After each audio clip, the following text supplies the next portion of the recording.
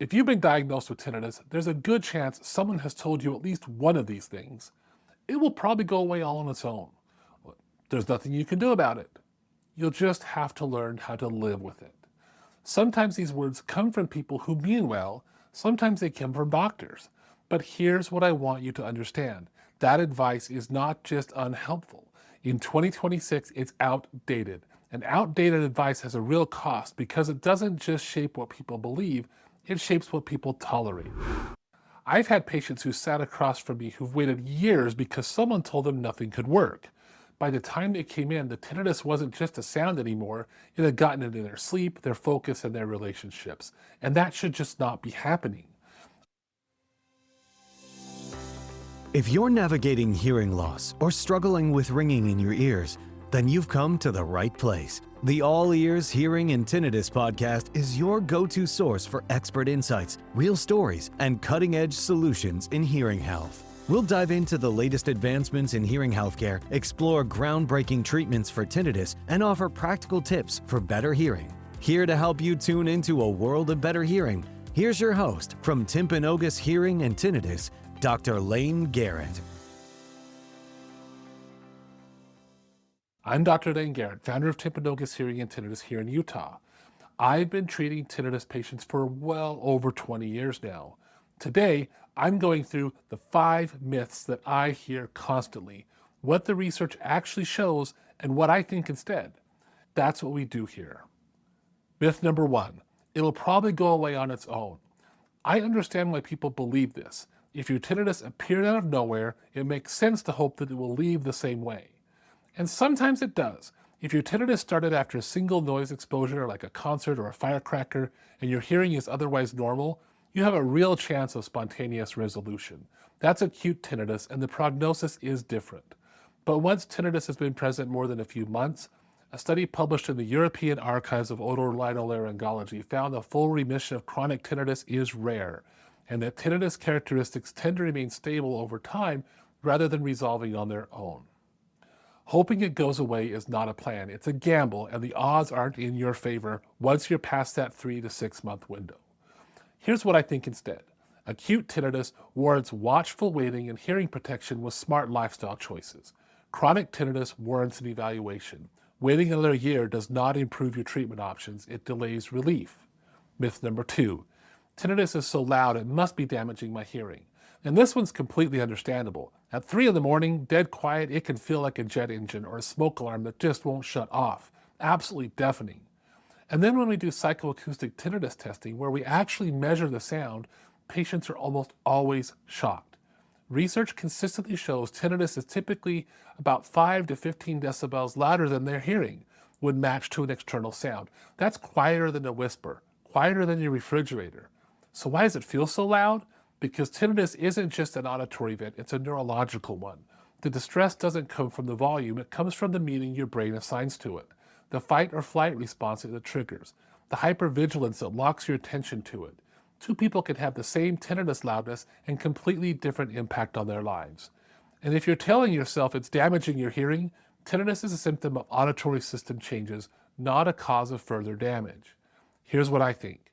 Your tinnitus probably isn't as loud as it feels, but your brain's reaction to it is very real and reactions are treatable. Myth number 3, there's nothing you can do about tinnitus. This is the myth that frustrates me the most because it's the one most likely to come from a clinician who doesn't specialize in tinnitus.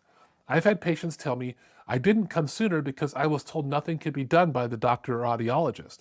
And every time I hear that, I think the person isn't just losing time, they're losing months of sleep and hope they didn't need to lose. The evidence is substantial. A meta-analysis reviewing 15 randomized control trials found that cognitive behavioral therapy significantly reduced tinnitus-related distress. The 2025 Tondorf Lecture at the World Tinnitus Congress confirmed that cognitive behavioral therapy remains the most strongly supported treatment we have, whether delivered in person, by audiologists, or through guided online programs. And that's before we get to sound therapy, tinnitus retraining therapy, and hearing aids with tinnitus management features, and bimodal neuromodulation like linear, which received FDA de novo approval that pairs sound stimulation with gentle tongue stimulation to help the brain reorganize the response to tinnitus. There is no reliable cure, No treatment eliminates tinnitus completely for people, but no cure is not the same as no care. Reducing tinnitus distress from a 9 to a 2 on a 10-point scale, that's not nothing. That's sleeping again. That's focusing again. That's getting your life back. What I think, just learn to live with it should not be the default response to tinnitus anymore. It's outdated and patients deserve better. Myth number 4, tinnitus is just a hearing problem. Now, there is a kernel of truth here. Tinnitus and hearing loss are linked in over 90% of cases. When the auditory nerves send less signal to the brain compensates by increasing its own internal activity. That's where the phantom tinnitus sound comes from. But once tinnitus becomes chronic, it doesn't just stay in the auditory system. Research shows it activates the limbic system, the brain's emotional processing center, which is why tinnitus blends into sleep, concentration, and mood. It's connected to anxiety and depression, not just as a side effect, but at the neurological level. This is why hearing aids alone, while genuinely helpful, aren't always enough.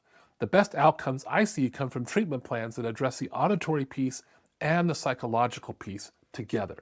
That's why incomplete tinnitus evaluations give incomplete answers. If your audiologist only discussed hearing aids or your ENT ruled out a medical cause, you only got part of the picture. Here's what I think.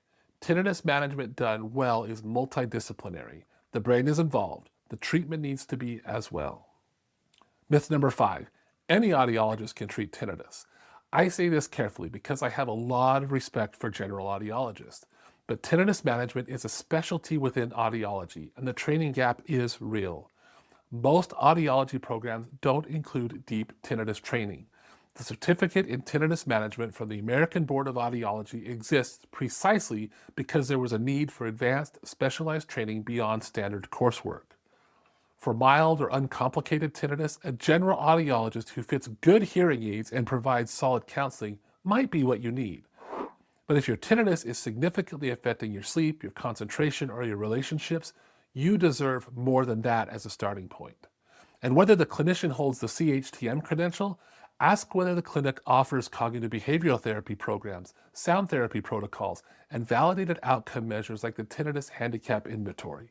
And ask of this specifically, how do you measure whether treatment is working? Not just a, how do you feel about your tinnitus, but actual measurement.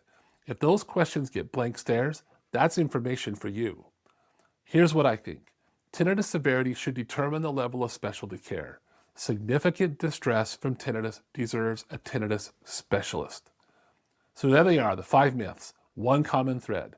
They all lower expectations, and low expectations mean delayed treatment, longer suffering, and less hope than the evidence actually supports. Tinnitus may not have a guaranteed cure, but that's not the same thing as saying there's nothing you can do.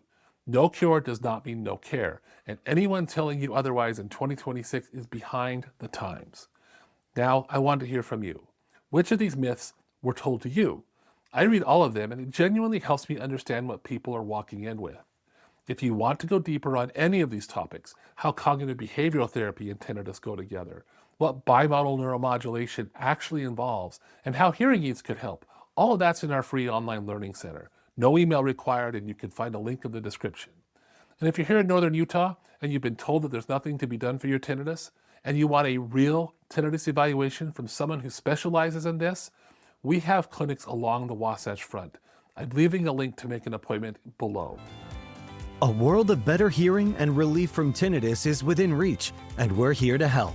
Be sure to subscribe to the podcast right now and join us on the journey to clearer sound and a richer life. Thanks for listening to the All Ears Hearing and Tinnitus podcast with Dr. Layne Garrett. We'll see you next time.